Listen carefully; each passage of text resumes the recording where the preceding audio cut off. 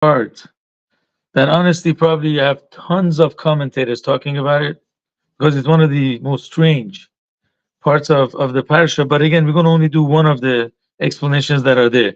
You know, the Jewish people are on Mitzrayim, they're in Egypt, and they're suffering, they're slaves.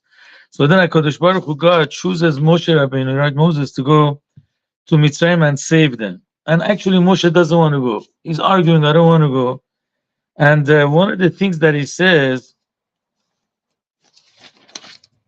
Moshe Rabbeinu says, "V'yemer Moshe l'Elokim." So Moshe Rabbeinu tells God, "Hina anochi ba'al b'nei Yisrael." Imagine, I'm going to come to the Jewish people. V'amarti lahem, I'm going to tell them, "Eloki avotechem shlachani alechem." I'm going to say that the God of your fathers has sent me to you. Ve'amruli, they're going to tell me, they're going to ask me, "Mashmu," what's God's name? So Moshe says, "Ma maranim," what should I tell them? Right? V'yemer Elokim and Moshe. Then God tells Moshe, "Ek ey asher ey," means I will be whoever I'm going to be. I shall be whoever I'm going to be. The Yomer then it says, Kotoma leben Israel, tell the Jewish people, Ehyeh. Ehyeh means I will be. Okay, Eshlachani alechem, send me to you. This is not, and Rashi explains, what does Ehyeh mean? Rashi is the simple explanation. Obviously, others argue. Rashi says, Ehyeh means I am with them in this trouble. Asher Ehyeh means I will be with them in the other future troubles too. Correct? What kind of answer is that? Moshe Rabbeinu says, "What's your name?" Instead of God answering what his name is, he says, "I will be with them in this trouble, and I will be with them in the future troubles too." So that's one question that we have. The other question that we have: how is Moshe Rabbeinu so sure that the Jews will ask what his name is? Like he takes it for granted. I'm going to tell them, the God of the Father sent me to you. They're going to ask him what is his name. What should I tell them? How do you know they're going to ask you what the name is? And let's say even if he knew that they're going to ask him that question, right? It looks like Moshe Rabbeinu has to know God's name to prove that he's actually a messenger of God. If he doesn't have God's name, people won't believe him. That's what it looks like. But again, the whole question doesn't make sense because if the people know what God's name is, right? How do they know? I guess from their fathers, from somewhere. So from the same place that they know what God's name is, Moshe knows it from there too. So they're not going to believe him that is a real messenger. He says, well, I'm telling you, this is God's name. So what? We know that's God's name too. We're not the messengers of God. And if this is a name that they don't know, why would they believe Moshe Rabbeinu that he's saying the truth? Imagine I'm going to come to you and give a weird name for God. I'm going to say, God sent me. That's his name. If I don't know of the name, how do I know the name is true? So this whole question doesn't make sense. An answer of God doesn't make sense either. The problem actually gets bigger. It says that God tells Moshe Rabbeinu, it says the Ko Tomar El Bnei Israel. Further on, he says, go tell the Jews, Hashem Eloki Avotechem. He finally says his name. He says, my name is Yud Kei Vav Kei. Right? That's God's name, Yud Kei Vav Kei. It says that Yud Kei Vav Kei, Eloki Avotechem, the God of their fathers, of your fathers, Abraham, Yitzchak, Yaakov, send me. So in the beginning, he doesn't say his name. Then he says, my name is Yud Kei Vav Kei. And then he says, Zeh Shmi Le'olam. This is my name forever. The word Le'olam is missing a Vav. It's written Le'olam. So Rashi says, by the way, tell them that they can't mention my name. They have to hide my name. You know, we never read Yud Kei Vav Kei, we read Aleph Dalet Nun Yud. What's God doing here? Is telling him how to pronounce his name? You know, it doesn't really make sense when you look at this. So you see, in order to understand this, what's going on, and I think really it's very relevant. And I would say, you know, Moshe Rabbeinu dared to ask a question that nobody asked before. You see, if you look at the history of Egypt, the Jews were for 116 years slaves. They were there for 210 years, and they were slaves for at least 116 years. Moshe Rabbeinu was 80 years here. And before he was born, they already started, you know, throwing the kids into the water. Any mother that gave birth, if he's a boy, throw him into the water. Then afterwards, the Torah says that the Jews, you know, Pharaoh died, and the Jews were screaming to God. If Pharaoh died, they should be happy. Why are they screaming to God? So Rashi explains that really Pharaoh didn't die. He got a skin disease, which is compared to death. And he had such pain with his skin disease that his doctors told him, you have to bathe in blood. So how did he bathe in blood? So the Medrash says that he took 150 Jewish kids in the morning and 150 Jewish kids in the evening, and he bathed in their blood. You're talking about killing 300 kids every single day. Makes him like the first Hamas, worse than Hamas, honestly. So these are, you know, the terrible stuff that's happening. And then suddenly God comes and says, before Let's read. God comes and tells Moshe Rabbeinu, it says that Ra'u ra'iti et ani ami. I see the affliction of my people that are in Egypt. Vetzakatam shamati. I hear their cries. Mipnei nuksa, from the taskmasters. Yadat yet machuvav. I feel their pain. Then it says va'ered la'atzil. I'm coming down to save them. Right? So it says va'ato hine tzakat v'nisab ba'alai. It says now the scream of the Jews is coming to me. God is coming and saying that I care about the Jews. So Moshe Rabbeinu says, oh really? You cared about the Jews? Where were you till now? You know what I'm saying? You ever watch the movies of the Holocaust? I watched it for 5 minutes. I couldn't watch it anymore. Honestly. When I started doing the killing people, I couldn't tolerate it. Now these people, every day, 300 kids being killed for a few months, that Paro was sick, and then throwing the kids to, you really care? Where were you till now? If you really cared, why is this happening to the Jewish people? So when Moshe says, what's his name? People are going to ask me, what's God's name? He didn't mean to ask what his name is. Name meaning, what kind of a character do you have? You're telling me you're a caring God. Where in the world will you turn now? Of course you don't care. That's what it says. They're going to ask him, oh yeah, God cares. So where was it till now? So Moshe says, Ma'omar Aleim, what am I going to tell them? It looks like God is sitting in heaven, he's enjoying the angels, whatever he's doing. But whatever's happening to the people in the world, he doesn't care. That was his first question. If you care, why are people suffering so much? It's really related to our time. So then Moshe, God answers him, what kind of a character I have? Jews think that I don't care. Tell them Ehir. Ehir means I'm with them in their pain. We're going to soon see why then God doesn't do anything about it. But again, what he's saying is, again, God is not answering Moshe Rabbeinu. If you really care, where were you till now? But he's saying, you think that I don't care about the pain of the Jews? I'm really with them in their pain. When a slave was getting whipped, or when a mother lost a child, it doesn't mean that God didn't care. He's actually in pain with him. That's why he says Ehir. So Moshe's question wasn't, what's your name? What kind of a character do you have? You know what I'm saying? Name is a euphemism for the character. It looks like you're a careless God. And then it says, no, I'm in them with their pain. So you see what happens is, again, Moshe being a very smart person, he didn't ask any question, but imagine what question goes through his mind. You see, when it comes to us, so God forbid somebody's sick. So we can't save the kid. Sometimes the doctors can't save the person either. So what could we do? We sit and cry, I'm in pain, and we pray. I can't really do anything. But you can't say that about God. God can't say I'm in pain with them, but I can't do anything. You're the one that allowed them to become slaves. So go save them. So what are you telling me I'm in pain with the Jews? You're in pain with the Jews, so save them. Why are you, keeping them as a slave? So again, God is not going to answer it. Honestly, there's no answer for this until Mashiach will come. But what God says is, my name is Yud Kei Vav Kei. But nevertheless, you don't say Yud Kei Vav Kei the way it is, you hide it. You say Aleph Dalet Nun Yud. I'm sure you guys have studied, according to Kabbalah, or even according to Rashi. What does Yud Kei Vav Kei show? God's mercy. So God is there, he cares. But sometimes his caring is hidden. We don't see why. We don't realize why the pain has to happen. But number one, we should never think that God doesn't care.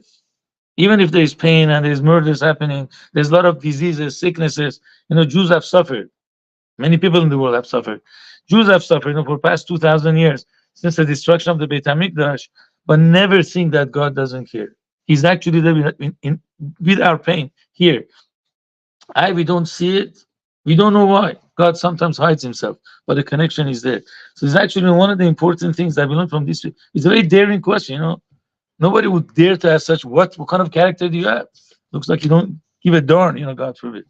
And that says that God does care, but sometimes he just hides himself and he doesn't show, and we really don't have the answer why this thing is happening.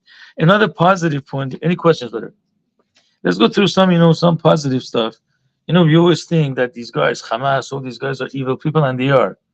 Do you think there is any good people that could come out from them? We'll be surprised. We'll be surprised. We still know, just get rid of all of them, who knows? But let's go through a couple things in this week's parsha. In this week's parsha, we learned about two women that were not even Jewish. They became Jewish later on, but they actually changed our history. Let's go through the less dramatic one. The first one is Tzipporah, wife of Moshe Rabbeinu, right? Moshe Rabbeinu runs away from Egypt, from Mitzrayim, and he goes to Midian, right? So you see, this is a few girls, they're shepherds, and the other shepherds are bothering them. So Moshe comes and saves them, right? These were the daughters of Yitro. He had 7 daughters. I guess Tzipporah is the oldest one, or the most righteous one. And then Moshe Rabbeinu marries her. Now you see, she was a woman that really sacrificed a lot. Again, could we don't know about this that much, but there is a medrash. There was actually a prize on Moshe Rabbeinu's head. Pharaoh wanted to kill him. So he sent messages all over the world. Anybody finds Moshe, there's a prize for him, given to the hands of Egypt. Right? Like they want to do to, God willing, to Yahya Sinwar. Hopefully they get his death very soon. But anyways, he still, didn't find where he is.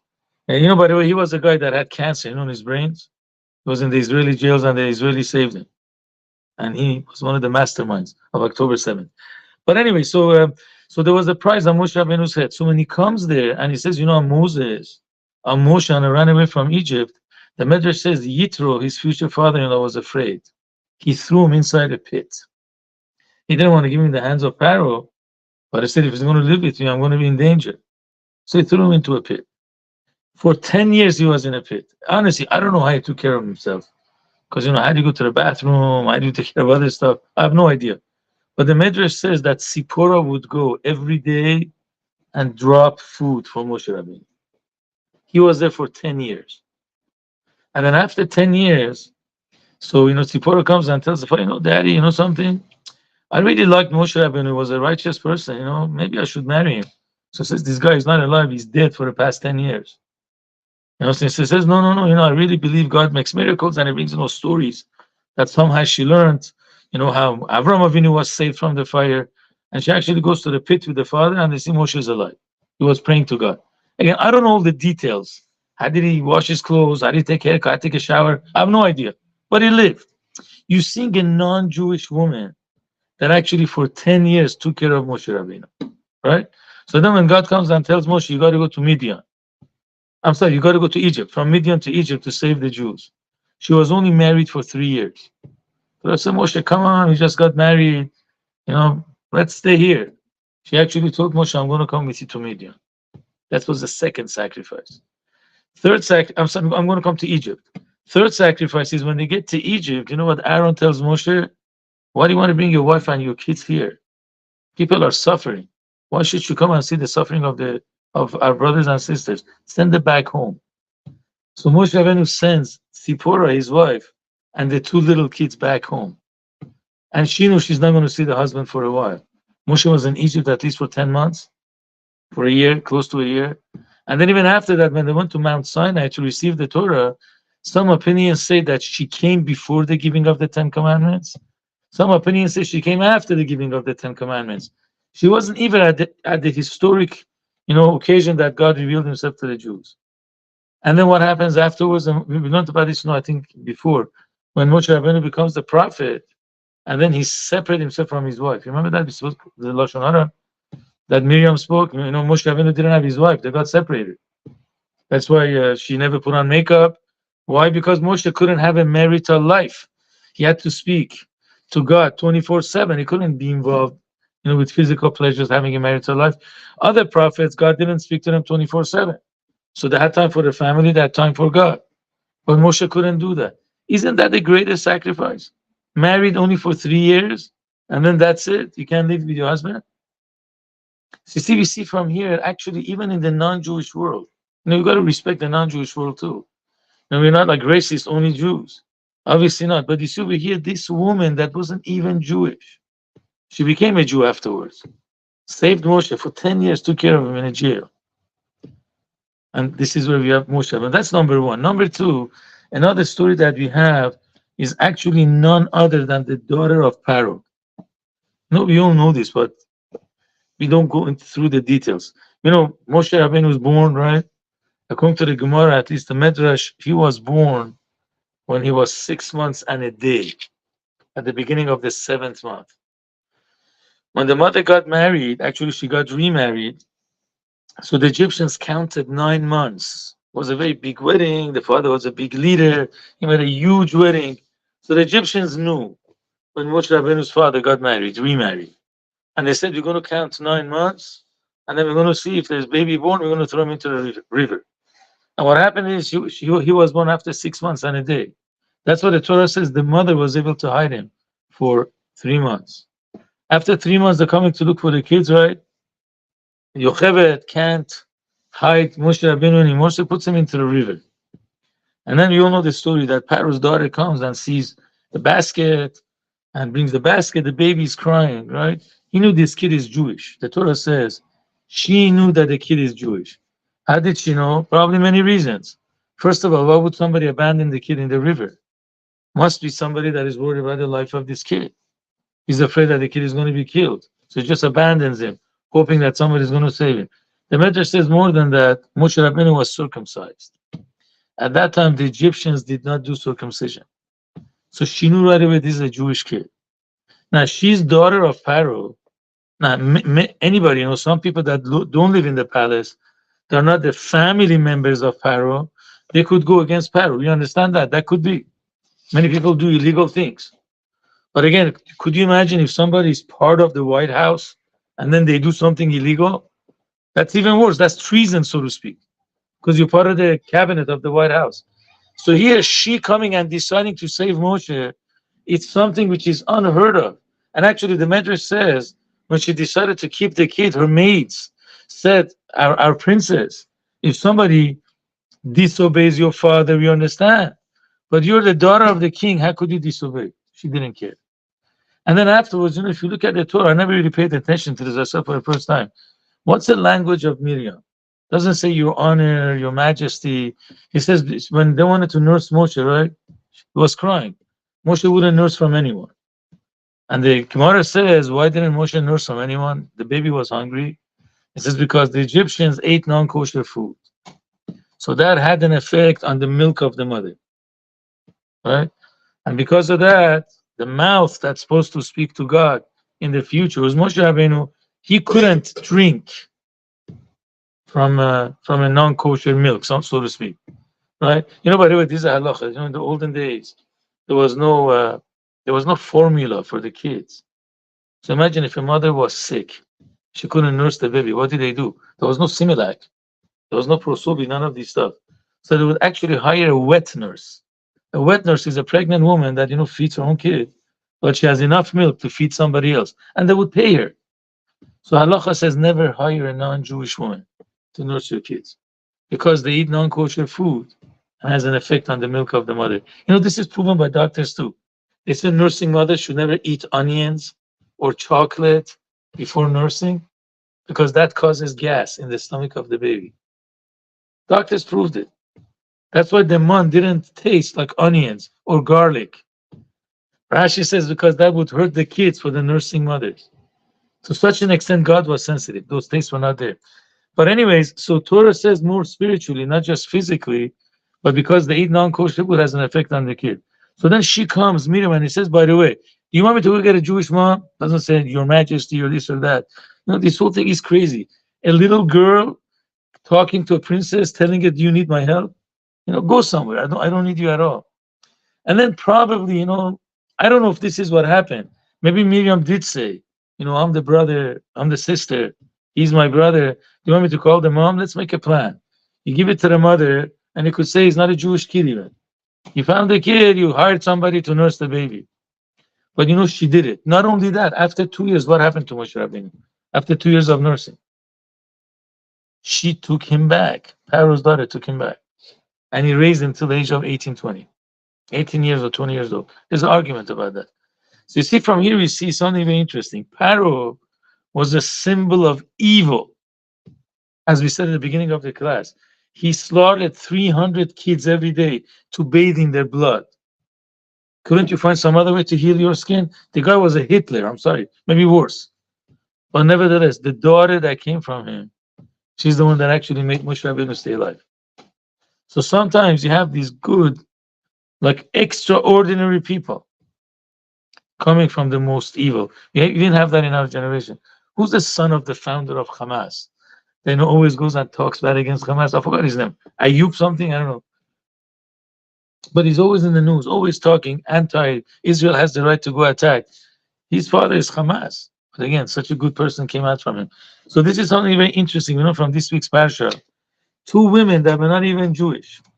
Tzipporah, wife of Moshe Rabbeinu that became a Jew later, and then also the daughter of Pharaoh. We find actually a lot of great things about her. You know, what was Moshe Rabbeinu's name when he was born? He wasn't named Moshe. She named him Moshe. So there's many opinions. Some people say that his name was Tuvia, because it says when the child was born, they saw that he was good from the word Tov. It's Tuvia. Other people say his name was, I don't know, Yekutiel, because it means he brought the people to believe in God. Yekave Kel. Some people say his name was Avigdor. You know what I'm saying? But the name that stays with Moshe is the name that she gave after 3 months. Kiminamai Meshitu, because I drew him from water. You know, Dr. What's his name? The doctor, I know, Rabbi Jonathan Sachs. He wants to say Moshe is from the Egyptian name Meses. I don't know where he gets it from. Meses means the child. He brings a proof. You know, the kings had the name of Ramses. Ra was one of the gods of Egypt. So Ramses means child of that god. That's what the Egyptian pharaohs gave such a name to their kids, because they believed in that god. This is a child of that god. So he wants to say Moshe really means Meses, child. But again, I don't know where he gets it from. The Torah says Moshe means that I drew him from water. Why was this name given to him? The parents gave him a different name. So the Medrash says, because you saved Moshe Rabbeinu, so the name that you chose stays for him. And also, it doesn't say who the daughter of Paro was. It doesn't say what the name was. When you learn Divrei Yamim, which is one of the books of the prophets, it says that her name was Bitya. We call it Batya. What's the translation of Batya? Daughter of God. Bat is a daughter. Yudke is God's name. So the Medrash says that, it says, you know what, you saved my child, Moshe Rabbeinu, so I'm going to call you my daughter. You know, tremendous person. Even amongst Jews, maybe you don't find too many people like that. So you know, one thing we do see, that there's definitely good found everywhere. Amongst the Jews, for sure, there's a lot of good. You know, even amongst non-Jews, there's a lot of good. But even in the families of terrorists, people like Pyro, you can be surprised. Sometimes you have good souls that are born, that they become great characters. You know, later on in our history. So that's another interesting thing that we know from this week's parsha. I'm just going. Any questions, guys? I hope it's not boring. No. By the way, are people partying tonight? Where is everybody? Tired from last night. What was last night? Oh, parties. Oh, so the party last night, not the resting. I understand. But doesn't say anywhere partying is not allowed. There are some parties that are not allowed. The kosher parties are allowed. Non-kosher disco. It's kosher disco. I think when you guys grow up, you should rent a disco, put a mechitza, and bring a DJ. Sounds good. I think the market is there because you have a lot of religious people now. It was unheard of 20 years ago, but now you can do it. Anyway, so this was the second thing that I wanted to discuss with you.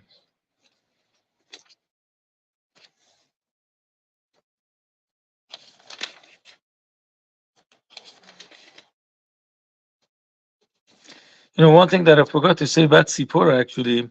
So Tzipora didn't only save Moshe Rabbeinu's wife when he was thrown in jail. This part of the Torah is a little bit not clear. You know, when God tells Moshe Rabbeinu you should go to Egypt to save the Jewish people, so what happens is the Torah says, "Vayhi baderech b'molon." It says Moshe was on the path, on the road, and he stayed in a hotel. Vayifkeshu Hashem. It says Hashem met Moshe. Vayivakesh hamitu, wanted to kill Moshe Rabbeinu. And then it says, "Vatikach tzipora tzor." Tzipora took like a very sharp stone. Vatichrot et orlat bena. He circumcised the second baby that they had, which was Eliezer. Vatagal raglav. He threw the extra skin next to the foot of Moshe. Vatomer, and he said, "Kichatan dami mata." It says, "You were causing the blood of my husband." Vairef mimenu. It says, then God let go of Moshe, didn't kill Moshe. But what's going on here exactly? So see, what happens is Moshe Rabbeinu, when he came to Egypt, he already had Gershom. Gershom was circumcised. Because it was, 2 years old, 3 years old, whatever it was. But then he had a new baby, which name was Eliezer. So Moshe said, I'm not going to circumcise him and then go to Egypt, because traveling for a circumcised child is very dangerous.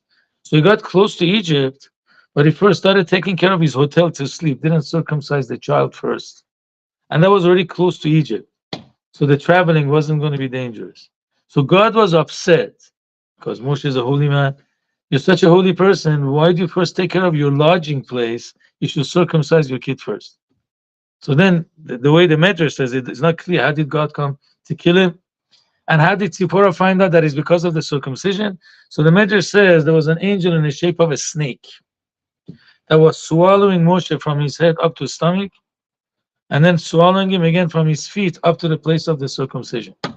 So she's a smart lady. She realized, hey, has to do probably with circumcision. And he circumcised the child. So it's the second time that we find actually Tzipporah saving Moshe. And the first time when the father-in-law threw him into a pit, into jail, and second time here, when Moshe Rabbeinu was going to get killed for not circumcising the child. Anyways, that was the second thing that I wanted to discuss with you. Another thing that I'm going to discuss, then we're going to be finished with Hashem, and that is, you see, the first time that we find Moshe Rabbeinu helps the Jewish people, the Torah says when he became an older person, he wanted to see what pain the Jews are going through, and he goes and he sees there's an Egyptian man beating up a Jewish guy, right? And then Moshe comes, looks this way, looks the other way, and he kills that Egyptian. But if you look at the Medrash, Moshe Rabbeinu did a lot of greater things, seemingly, for the Jewish people. We say in our davening on Shabbat, we say, Yismach Moshe. Moshe is going to be happy, b'matnat chelko, with the gift that he got, which was his portion. Now, this is the davening of Shabbat morning. What kind of a gift are we talking about? Shabbat itself. So when God gave the day of Shabbat, Moshe was very happy because that was a portion of Moshe. How was Shabbat portion of Moshe Rabbeinu? You know, Pharaoh put him in charge of the entire land of Egypt before he ran away.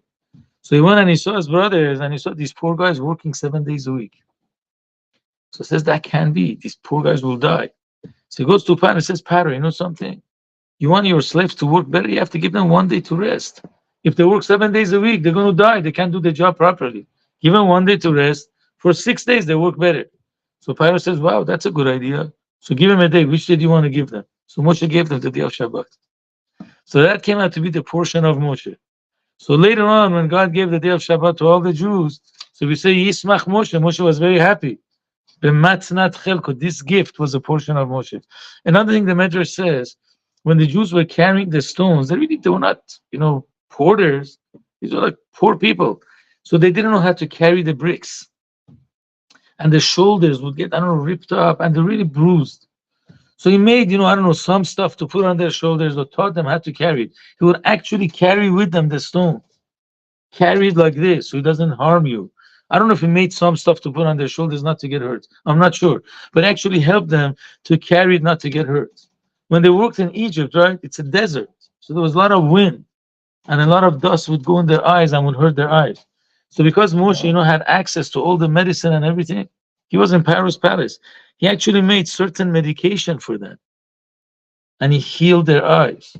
So we see here Moshe Rabbeinu helped the Jews a lot. He gave them a day of rest. He made medication for them. He actually helped them and taught them how to carry the bricks without getting hurt. The Torah doesn't mention anything about this. It only mentions that he went and saved one Jew. Why? One of the answers are because he put his life in danger there. You kill an Egyptian officer, your life is in danger. But actually, there's a man, the rabbi, his name is Rabbi Kitov. I don't think he's living anymore. So Rabbi Kitov, he writes down, there was a big difference. In all these first 3 cases, Moshe was playing politics. He was, I don't mean that he wasn't sincere, he was afraid to say, hey, I'm a Jew. He told Pharaoh, it's for your benefit for the Jews to rest 1 day. Because then they can work 6 days. Your benefit, Pharaoh's benefit. When he helped them to carry their stones, he told the taskmasters, if they get bruised, they can't work. So Pharaoh's job is being hindered. It's not being done properly. They have to be healthy people. When he made the medication for their eyes, he says blind people can't work well. He never really went and said, I'm a Jew, I don't care. This time when he went and killed the Egyptian, Moshe says, I don't care, I'm going to say that I'm a Jew. He didn't play politics hiding it. So Rabbi Kitov says, when somebody actually goes and he says, I'm a Jew, you know what I'm saying? He doesn't hide, doesn't hide it at all. So that was the greatest thing that Moshe did. That actually goes above and beyond of all the politics that he did there. that he did before. Anyways, also another point that Dr. Rabbi Jonathan Sachs explains. We have a very interesting word when Moshe was sent by God to go to Egypt. So Moshe Rabbeinu says, "Mi anochi, who am I that I should go to Paro?" Simply means I'm not an important person. I'm a nobody. Why are you sending a nobody to Paro? And because I'm a nobody, I can't succeed, right? So, and then he was also worried that his life is in danger. So God says, "Don't worry, I'm going to be with you. So you're not going alone." But Jonathan Sachs, he learns it very, very interesting. The Mi Anochi means that Moshe questioning himself, who am I? He really was in a situation that was very confusing. As a child, he never suffered with the rest of the Jews. He was raised in Pharaoh's palace. He had all the luxuries that he wanted, correct? He wasn't part of the Jews. Not only that, when he decided to come to the Jewish people, when he turned 18 or 20 years old, and he saved one Jew, what happened to him? That Jew that he saved, next day he sees he's fighting with somebody else. And he says, you wicked one, why are you hitting your friend? Correct? And what does he say? Who made you a leader over us? You want to kill me like I killed the Egyptian? I'm going to tell Pharaoh that you killed the Egyptian. So when he came to help his own brothers, his brothers put his life in danger. That's why he had to run away for 60 years until the age of 80 when he came back. So in the beginning, he wasn't even part of the Jews. He never suffered with them. He wasn't part of them. When he wanted to help them, so what happened? They put him in danger. So the heck with them. He could have had his luxurious life. So here God comes and he says, hey, go save your brothers from Egypt. So now Moshe had a dilemma. Mi anochi, who am I? I'm not part of the Jews. Should I go? Shouldn't I go? And he decided to become a leader. Because deep down he realized that no matter what, a Jew is a Jew. We are all brothers. That was the greatness of Moshe. He was in that dilemma. Mi anochi, who am I? Right? So again, you have a lot of people, they're all good Jews. Some of us are confused sometimes. We don't know who we are. But deep down, mi anochi, who am I? A Jew is always a Jew. We are brothers. I heard even about Bernie Sanders. So it says you can't make a ceasefire with Hamas because they don't want, you can have an everlasting peace. This guy is so pro-Palestinian. I was surprised. I was honestly surprised. What in the world is he saying? He goes with Linda Sarsour, with all these Palestinians. He always says Israel is bad, bad, bad. I don't know, there's some Judaism in him, some Jewishness in him. There's no ceasefire with Hamas because it's not going to make a permanent peace. Even in him, mi anochi, who am I? There's some Judaism within him. It's amazing. So that's what we learn from Moshe Rabbeinu. Mi anochi, I'm the Jew. Remember that. Doesn't matter if you live religious. Of course, it matters, but I'm saying the fact that you're a Jew. You even have people that are from Holocaust and they hate God, unfortunately. But they never hate to be a Jew. Have you realized that? I've seen it. It says, I'm a Jew, but I hate God. So, but why do you want to be a Jew? I don't know. There's something you can't take away from us. A Jew is always